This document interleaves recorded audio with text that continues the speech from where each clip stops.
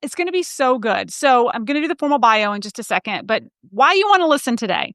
Jillian is the absolute whiz when it comes to sales. Whether you think you're an expert or your funnel's running dry, you are going to want to listen in to Jillian today, especially in this current market. And I know for a lot of my friends over on LinkedIn, I tend to attract a lot of subject matter experts who are maybe clinicians, have backgrounds in holistic spaces that don't innately come from a sales background. And even if you do, it's a different game in the online space to many of you who've come to my mentorship and are pivoting into the online space. And this is why you want to listen in and hear from Jillian today.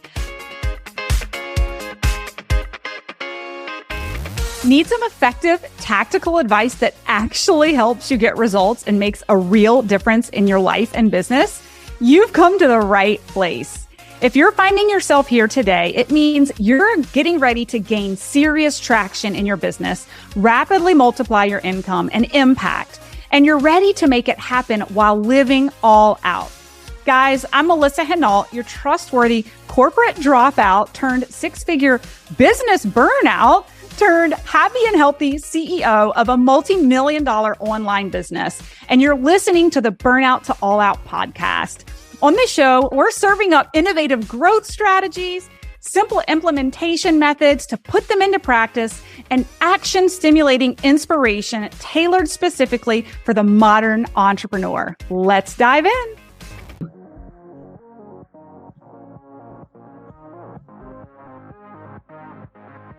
We are live on LinkedIn, my friends, with Jillian Murphy. Jillian, welcome to the Burnout to All Out podcast. Welcome. Oh my gosh, I'm so excited to be here. I'm such a fan of you, and I'm just excited to have this really great conversation with you today. So Jillian, I'm going to give the personal bio and then we'll give the formal bio. So Jillian is a good friend of mine. Over the years, we've been in the same mastermind together. And I mean, this brings up just the value of investing and being in the right room. Like, we got to know each other in the mastermind. You've been a guest expert inside of my community. I know that folks on my team just look up to you tremendously. And it's just the power of getting in the room to make incredible relationships like this that have stemmed from years ago. And here we are today. It's so cool. So that's my personal bio. The professional bio for Jillian is she's massively obsessed with two things: sales and community. With over 22 years of corporate experience, which we're going to talk about. Yes, she's an ex-corporate who's now a wildly successful entrepreneur. So she has over 22 years of corporate experience in sales and marketing and growing multiple businesses on her own. She's made it her mission to help online business owners just like you gain real results through sales and messaging. I get lots of questions around messaging. Sales is truly the oxygen of our business, and I couldn't agree more, and the most important skill any business owner can acquire. And that's why she's here to help you with tips, training, coaching, support, and all that you need to fall in love with sales. Jillian, I know you are a force to be reckoned with and just an expert in your area, and we're just excited to have you here today. And I'd love to just start with the backstory. Before we get into your zones of genius around sales and all the hacks that our listeners are going to get today, let's get some inspiration. You haven't always been an entrepreneur. You spent 22 years in corporate America, but you broke free and are running a seven-figure-a-year business now. So take us back so you can inspire some of my friends to corporate life. And what drove the pivot into entrepreneurship? Yeah, I love this story, and I feel like I've told it a million times, and every single time I tell it, I just love it even more. So I was a ride or die corporate person. I was in corporate for 20 plus years with two different organizations. I was actually in the food service industry. So I worked for Cisco Foods, and then I worked for a smaller independent distributor. And I always said if I could tattooed my company's names on my forehead, I would have. I had no idea what entrepreneurship was. Like, my whole goal was just to work all the way up to the top. And I was almost up to the top in my corporate company and just retire from there and have a great cushy job for the rest of my life. And about 4 years ago, I had some friends who were in the entrepreneurial space, the digital marketing space. And they said, hey, we're going to this mastermind with these people, Chris and Lori Harder. It's called Fast Foundations. Do you want to come? And I was like, I have no idea who Chris and Lori Harder are. and I have no idea what a mastermind is, but I'll go to LA for a weekend with you guys. So jumped on a plane with two of my girlfriends, and they're pretty big influencers in the online space. And I went to this thing. I was the only corporate person in this room of 50 entrepreneurs. And I remember Chris handed us a mic and was like, hey, you got to say like who you are and what you do. And I was like, my name's Jillian Murphy. I'm from corporate America. I have no idea what the other 49 of you guys do in this room, but I'm just here to like hang out with my girls in the back, Jen Kennedy and Lauren Salon. And like, we're just here to like kick it. And that day I actually went to lunch and I sat next to Nick Carter, Chris's brother. Right. And Nick was like, what do you do in the corporate space? And I said, oh, I'm a sales trainer, a sales exec, messaging, marketing, content, everything. And he was like, there's like 50 people in this room that probably would buy from you. And I was like, oh, that's cute. And it went in like one ear and out the other.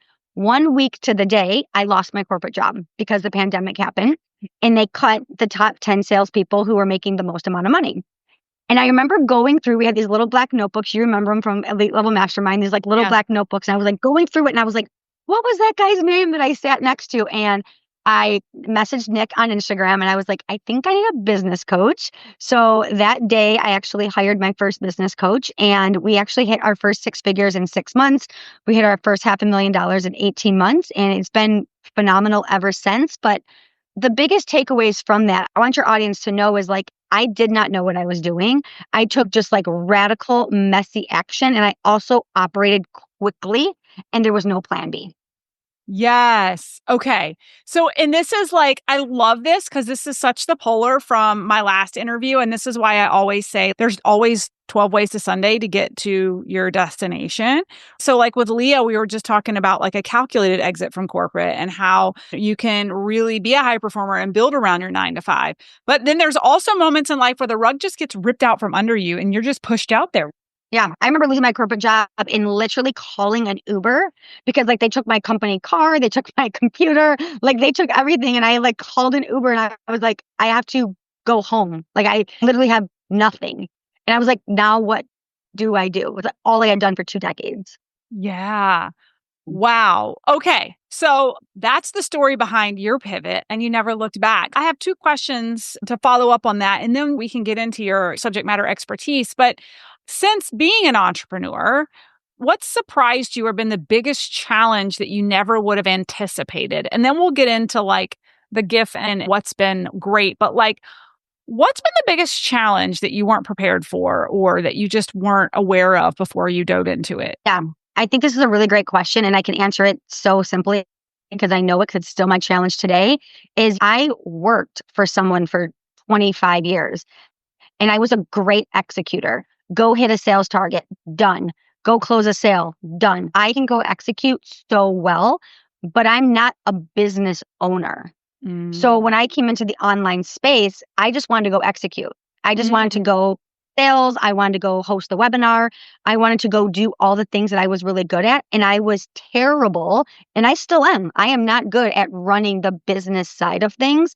So that is still a massive work in progress because I am not detail oriented. I'm not organization oriented. I am a doer and I'm an action taker and I can go and do it. Like if I'm like, hey, I'm going to make $1 million this year, I'll go make $1 million this year. But then like the back of the house is a disaster. But so that's one thing that's been the biggest thing is like really knowing what my zone of genius is and what my strengths are, and then hiring the right people who fix that and being okay saying like, I'm in my zone of genius. I say this all the time. I don't want to be the CEO of my business and I don't want to be the person that's running it. I want someone here that tells me how to go do it. And then I go do it and I go and execute it. I love this so much. And I think that is the true power of delegation and scale is like recognizing as the owner, like, what are your gifts that you can double down on? And then what can you delegate out and hire to help run? It's really interesting that you bring this up because it wasn't even on my radar to have a CEO until the new mastermind that I'm in right now with Amy Porterfield. And it's something that we were just talking about this earlier. We are the face of our company. Basically, like we have to market. We're on screen. Like if you're an educator and you content create, you are a content creator. And then you're the product, right? You're the physical product. You got to deliver and then do it. And then you're the CEO and the operator. And then if you're hiring a team, you're leading the team. And like it's a whole nother layer of being a business owner if you are the product and you're doing the marketing. And so I love where you're going with this because I didn't know how to put the words into my mouth over the past 2 years where I was like, I can't do all of this. I mean, I can energetically, I don't want to, but I don't know what it looks like. And so it's really interesting that you bring this up because I just learned this year, Amy Porterfield, who did 17 million last year, she hired a CEO last year. She said, I am the face of the company. I'm out there delivering. I'm on stages. I'm in masterminds. I can't also run the business. And I thought, you just gave me permission. I need to groom a CEO in my business. So I love that you picked up on this a lot faster than I did. Yeah. I mean, even like right now, I mean, you know this because you're a webinar genius. We're running webinars right now. And I'm like, I just want to do the webinar and execute it and go. So it's like, who do I need around me to make that happen? Because if I try to figure it out or I try to build it or I try to do all the other things, like it's going to come crashing and burning. It's like, just tell me, Jill, go beyond, go sell, go execute, and I will take that and just run with it all day long. So good. So it's having that self-awareness is so good. What's been the biggest gift of entrepreneurship? I think the biggest gift, honestly, is that I'm in an industry that everybody needs. And I'm really grateful for it. It's like this was my God-given talent. I've been doing sales since I'm 19 years old. I just turned 47. So I think it's a gift that I'm so grateful that I learned so early on because it's allowed me to have the business that I have. Yes, I run a really great business and I'm really grateful for it. Do I think I would be as successful if I was doing something that was a little more niche or a little different? Maybe, but I'm in an industry that everybody needs me. And I'm so insanely grateful for that. Every single person that I meet is like, oh, I need you. I'm like, yeah, you do. Yeah. And it's a really great industry to be in. So I think that's been like the biggest gift for sure. Totally, especially in this perceived economies. Everybody needs sales. It's not a luxury, everyone. It's a necessity. Yeah. And selling differently in different markets. Yeah. So let's get into that. Can you talk about that, selling in different markets and kind of where we are today? Let's just jump in there. Yeah, I think right now everyone is holding onto their dollar a little bit tighter. Everyone's a little bit more nervous. I think longer commitments are a little bit harder for people right now. And I don't think it's forever, but I think it's just for right now. So I think instead of everybody going crazy and crafting a bunch of new offers and going back to the drawing board, I think you should look at what you have. And I think the simplest solution that I tell my clients is just cut everything in half and start there. So like for us, we have a signature program that we run for $6,000. The only thing different that we did was we cut it in half to $29.99 and we're selling it like hotcakes. So I didn't have to create a new offer. I didn't have to create a new program. I don't have to deliver something different. It's like, hey, if $6,000 for 6 months feels scary to you because of the dollar amount or the commitment, it's like, let's just cut this in half. And it's been the easiest transition. So I think for right now, it's like, if whatever you're selling is hard, just look at how you can break it down and maybe cut it into even a quarter or a half. That's really interesting. I have a follow-up question to that. When you say cut it in half, do they also get access for half the amount of time? Or is it this? Okay, because I was going to say, what do you do with people who paid the full price? Are they going to get pissed that more people are coming in at half price? But what you're saying is half price, half the time. So like for my academy for 5,500, creating a second offer for 3 months instead of 6 for 2,500. Totally. So ours is 6 months for 6K. And instead of that, we do it 3 months for $29.99. I actually hate 4 numbers. I always say, don't make anything 4 numbers. Like, let's make it like 3K, 4K, 5K, 6K. But in this situation, I think the $29.99 works in our favor because you're still in the twos. Yeah, that's really interesting. Now, are you still selling the 6-month package or is it only the half price package? So we actually still sell the 6 month at 6,000, but anytime we get like a pricing objection or someone's like, oh, that just doesn't feel like an alignment right now, or I can't afford it or timing or whatever, I'm like, hey, would it be helpful for you if we started with a 3-month offer to kind of get you in, get your feet wet, start making some sales, and then you can just come back in for the 6 months. And they're like, yeah, it would actually be super beneficial. So like on our webinar, we sell it for $6,000 and then we drive people into the DMs is how we sell. So anybody that maybe says like, oh, I can't afford it right now, or it's not the right time, and insert any objection, I have a downsell of $29.99, but we don't publicly sell it anywhere. Yeah, that's brilliant. One more follow-up question to that then is offering it. I'm curious because I'm a numbers girl, because to me, it's like revenue goals are revenue goals, no matter how you get there. If you're selling half the program at half the price, but you still hit your revenue goal, like To me, it's a unit sold versus 2 units sold doesn't really matter as long as you get to the revenue goal. So my bigger question is, are you finding that you're selling enough of the half price to actually meet your sales goal as if you were selling them at full price? Yeah, because for the one that doesn't join, we get two that join at the $29.99. Yeah, that's what I was looking for is like, it's a numbers game. And for us, like we have an 18-month retention, like about an 18-month retention in our program is 6 months.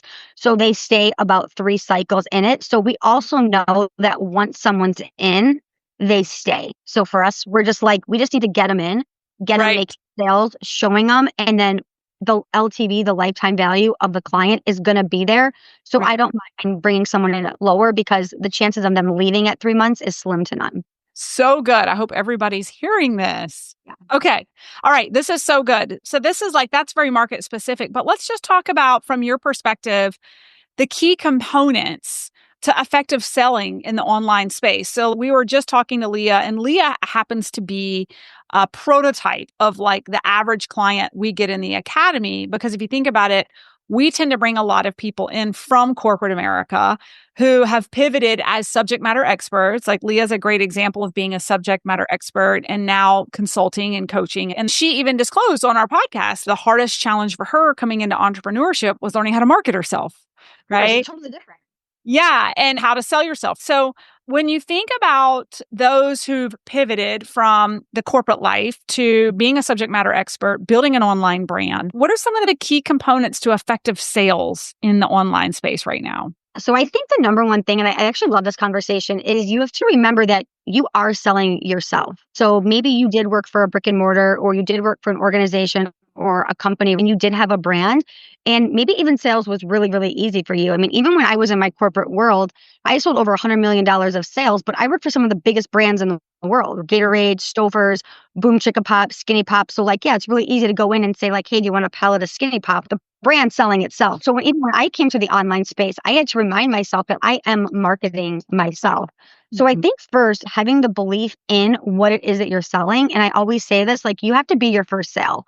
You have to be so sold on what it is that you're selling and what it is that you're delivering to the market. The second thing is you actually have to be selling and you actually have to be marketing. For a lot of you, you think you're selling and you think that you're marketing, but you're actually not.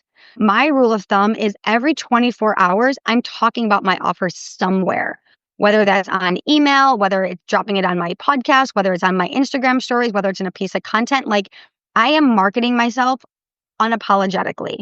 And I think so often people think that they're really selling, but they're actually really not. They're kind of just like dripping it out.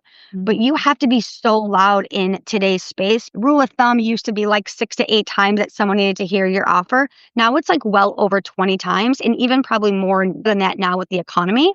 So it's like talking about your offer so much is so freaking important now. And being so clear and so concise of what you're actually delivering. Back a couple years ago when I came into the online space, I felt you could kind of get away with just selling random stuff and unicorn stuff, as I call it, right? And people would just kind of buy it because they felt an alignment and it felt okay. Those days are over. People have been burned in the online space. People have done their homework on coaches. They've done their homework on mentors. Like you got to be straight of what you're actually selling.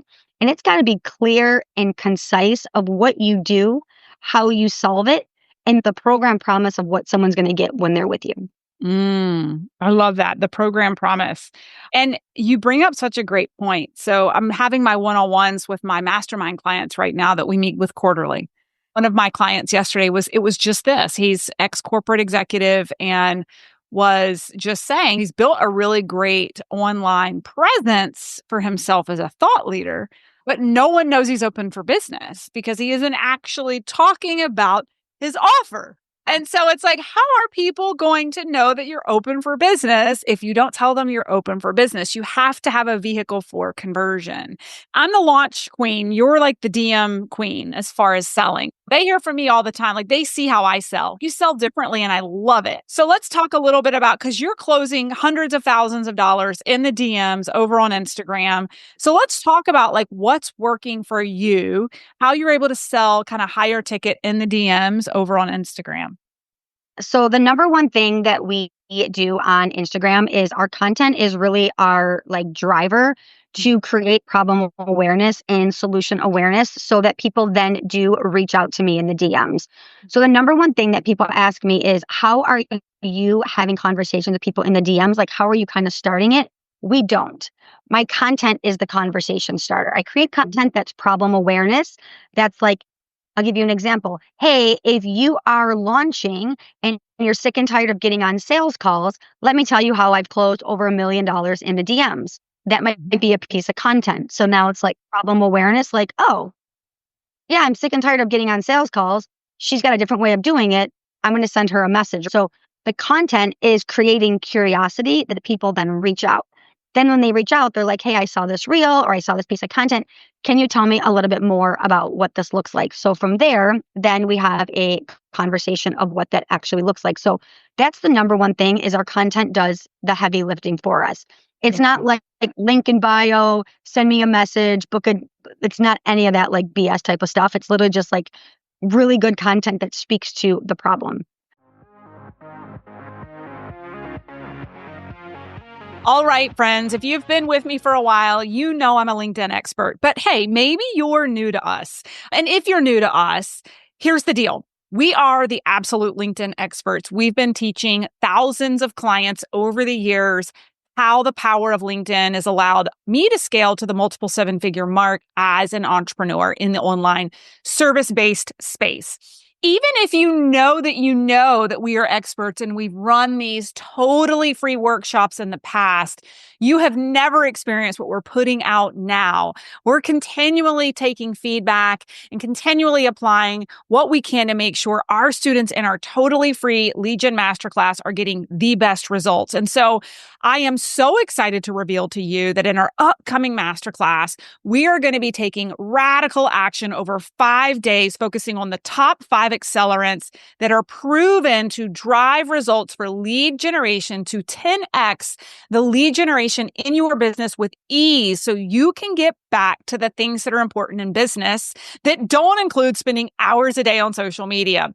Listen, every single day in this masterclass is going to be action-packed, where we are going to go live, publishing and posting things that we're teaching you on every single day. And by day 5, we are all going to go live and publish a totally new profile that will be your top lead magnet for 2025.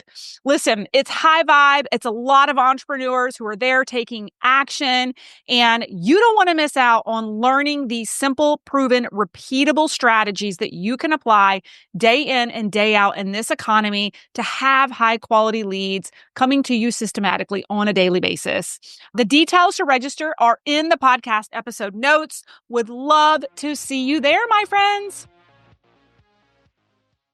Another thing that we do is we do webinars every single Wednesday. I run a live webinar every Wednesday. I've committed to 300 webinars on repeat.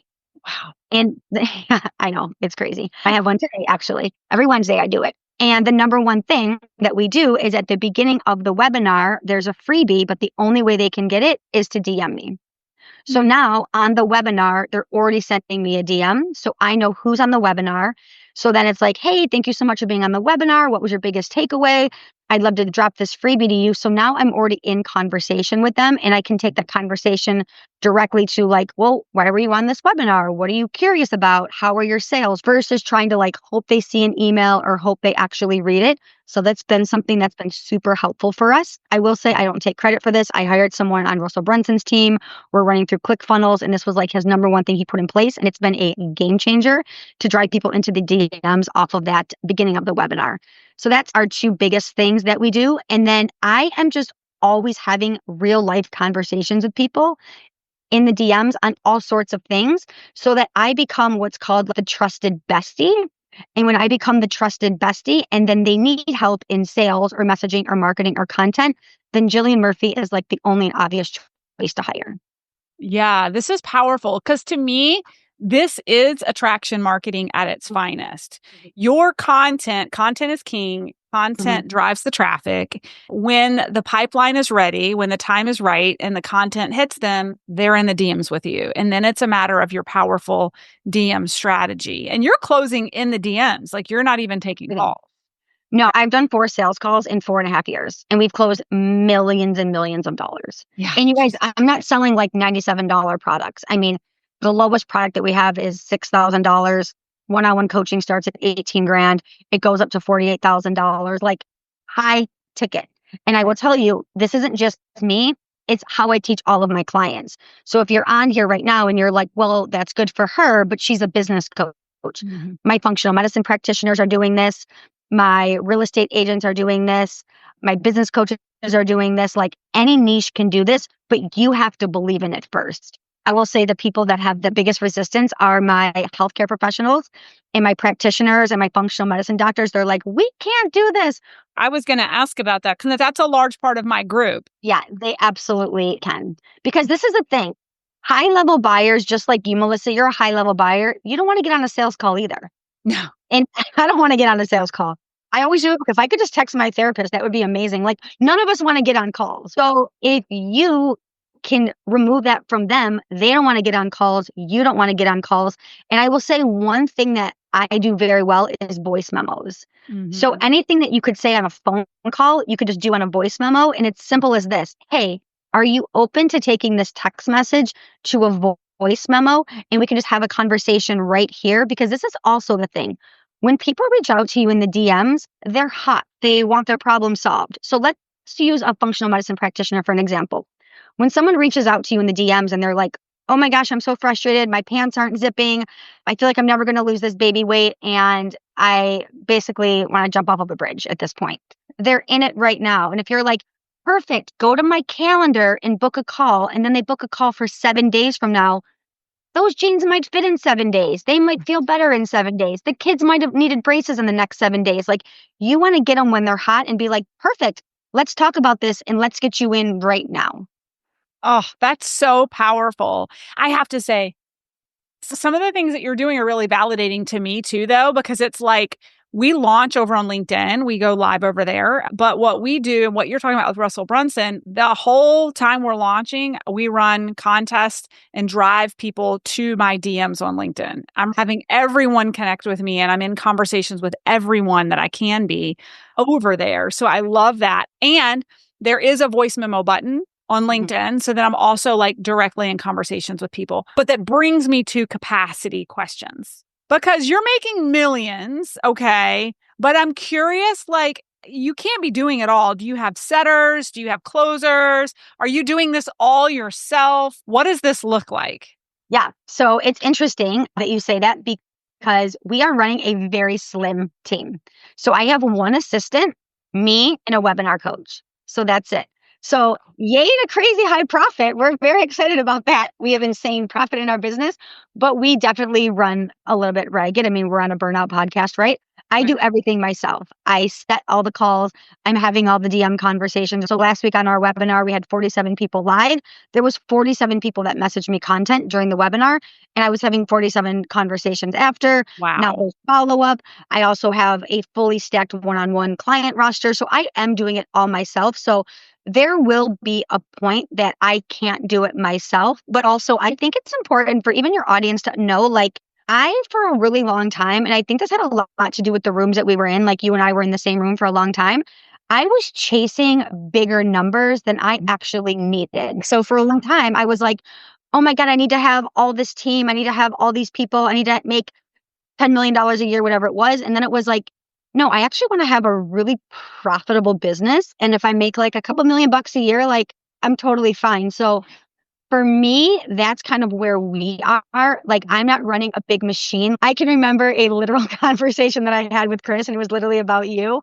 I'm like, I feel like Melissa's running this factory, and I have like a lemonade stand. And Chris is like, it's fine. Like, your lemonade stand's doing just fine. And I'm like, okay. Like, he's like, Yeah, but your lemonade stand's margins might be equivalent to the margins in my factory, right? Like, and literally, he said she wants a factory. Like, she wants a big ass business. He's like, your lemonade stand is just fine for you and your lifestyle. So yeah. like, sometimes I think we just need to sit back and realize, what are we actually chasing? And like, lemonade stands okay.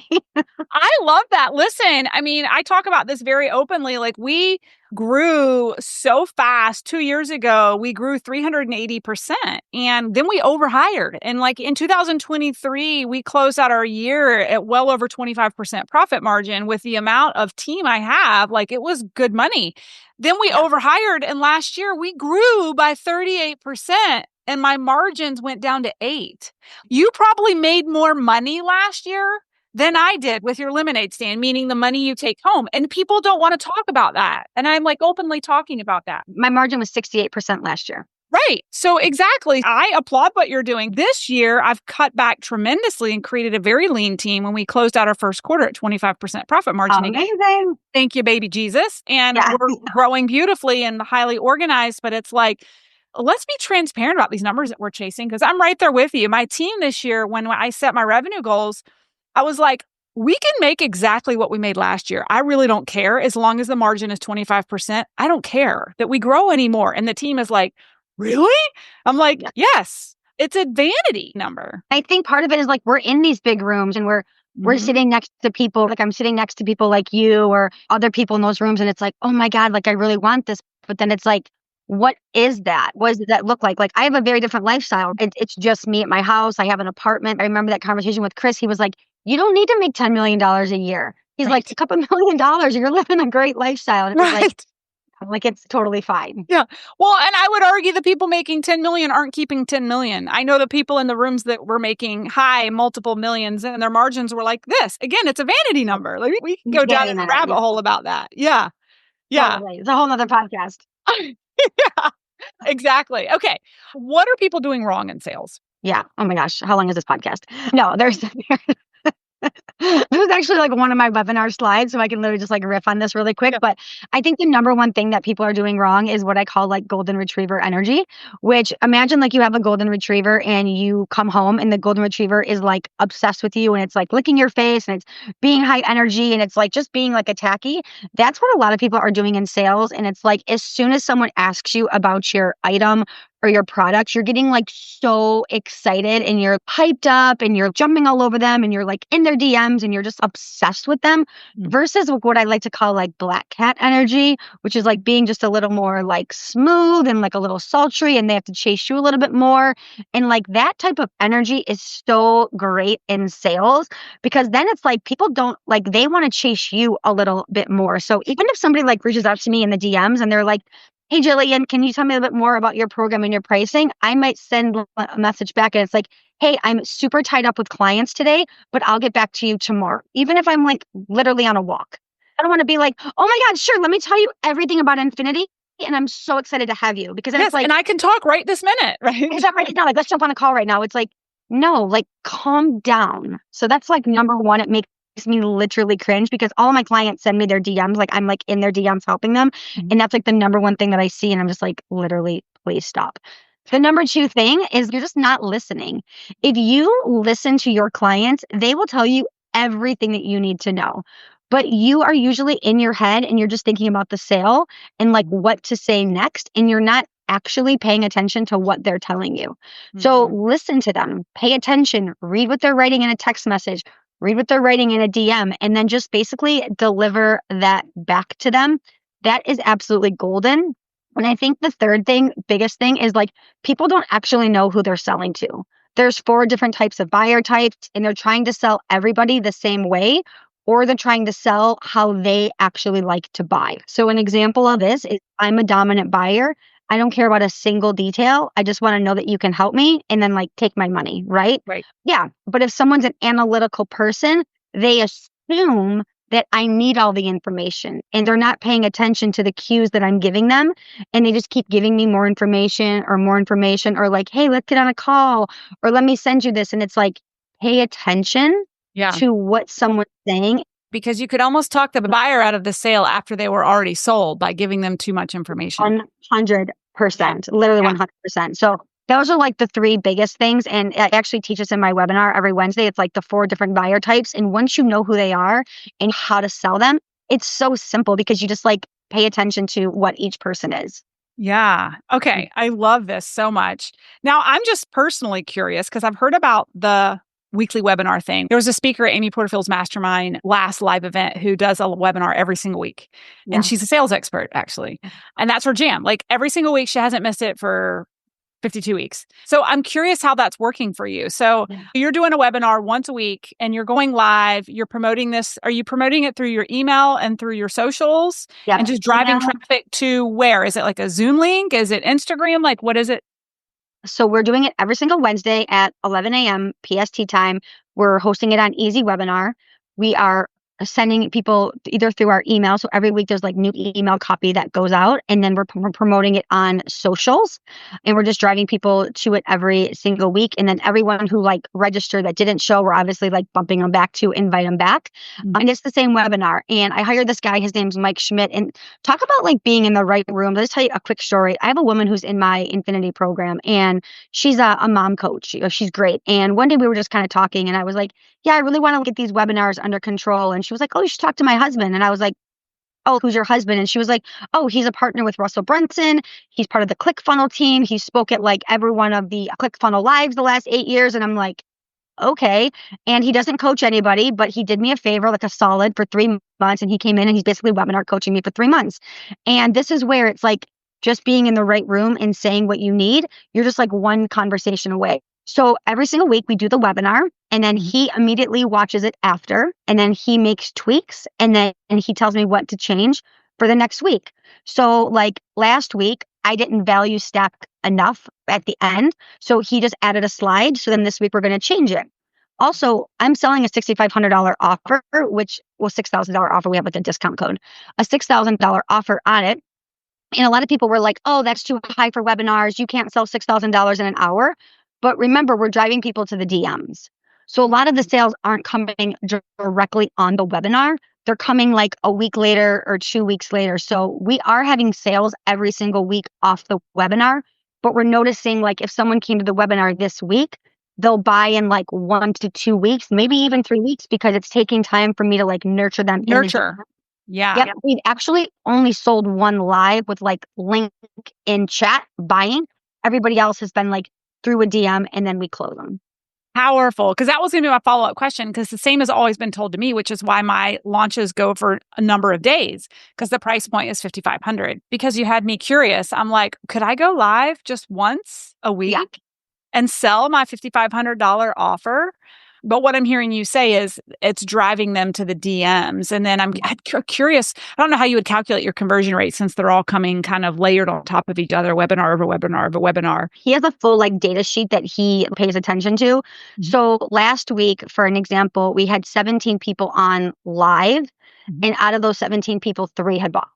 Wow. Okay. So, yeah. I mean, yeah, it's good. And where we're really strong is people who register from register to conversion. Mm-hmm. So the week before, not last week, week before, we had 74 people sign up, and we had 49 people on, and 49 people stayed all the way through to the close, and no one jumped off. Mm-hmm. So that was like our best one, that he was like no one's jumping off. And we run it about 70 minutes. And I'm also still learning, because selling on webinar is very different for me. That's why I hired a coach. My first one was so cringe. I was like, okay, like buy my program. And then I was like pissed that nobody bought. It was literally so terrible.